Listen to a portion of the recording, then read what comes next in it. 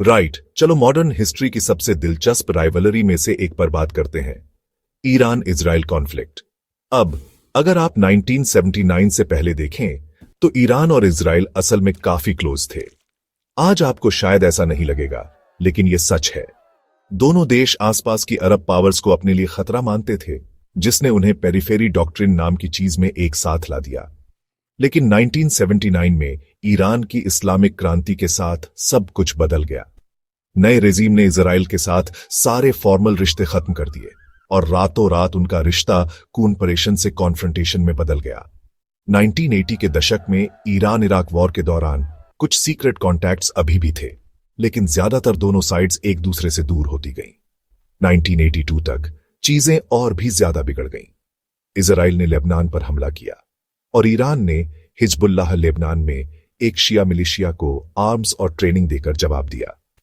जब इजराइल ने दक्षिणी लेबनान पर कब्जा किया, तब भी यह सपोर्ट नहीं रुका और ईरान ने सालों तक वहां शिया ग्रुप्स को सपोर्ट करना जारी रखा।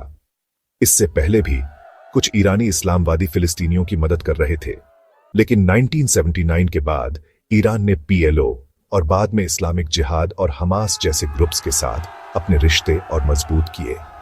आगे बढ़ते हैं और कॉन्फ्लिक्ट अब सिर्फ ईरान और इजराइल तक ही सीमित नहीं है। इजराइल ने गाजा में कई वॉर्स लड़ी हैं, 2008, 2012, 2014, 2021 और हाल ही में 2023 से 2025 तक भी।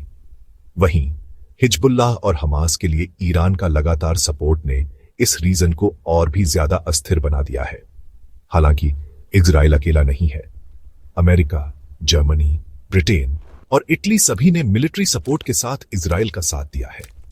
दूसरी तरफ इजराइल ने सीरिया में ईरानी सहयोगियों के खिलाफ हवाई हमले किए हैं और ईरानी न्यूक्लियर साइंटिस्ट्स की हत्याओं से भी इसका नाम जोड़ा गया है। 2018 में इजरायली फोर्सेस ने सीधे सीरिया में ईरानी ठिकानों को निशाना बनाया था।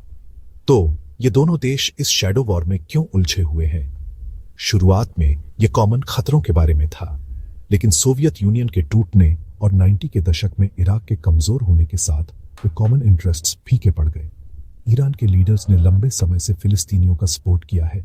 मिडिल ईस्ट में सुन्नी और अरब आबादी को अपनी तरफ करने के लिए उनके कॉज का इस्तेमाल करते हुए कभी कभी ईरान ने इजराइल के विनाश की भी बात की है, जिससे जैसा कि आप गेस कर सकते हैं तनाव और बढ़ जाता है। इजराइल के लिए ईरान को एक बड़ा खतरा माना जाता है, खासकर न्यूक्लियर इश्यू को देखते हुए।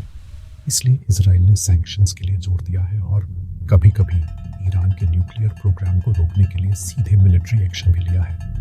तो ईरान इजराइल कॉन्फ्लिक्ट सिर्फ दो देशों के बारे में नहीं है।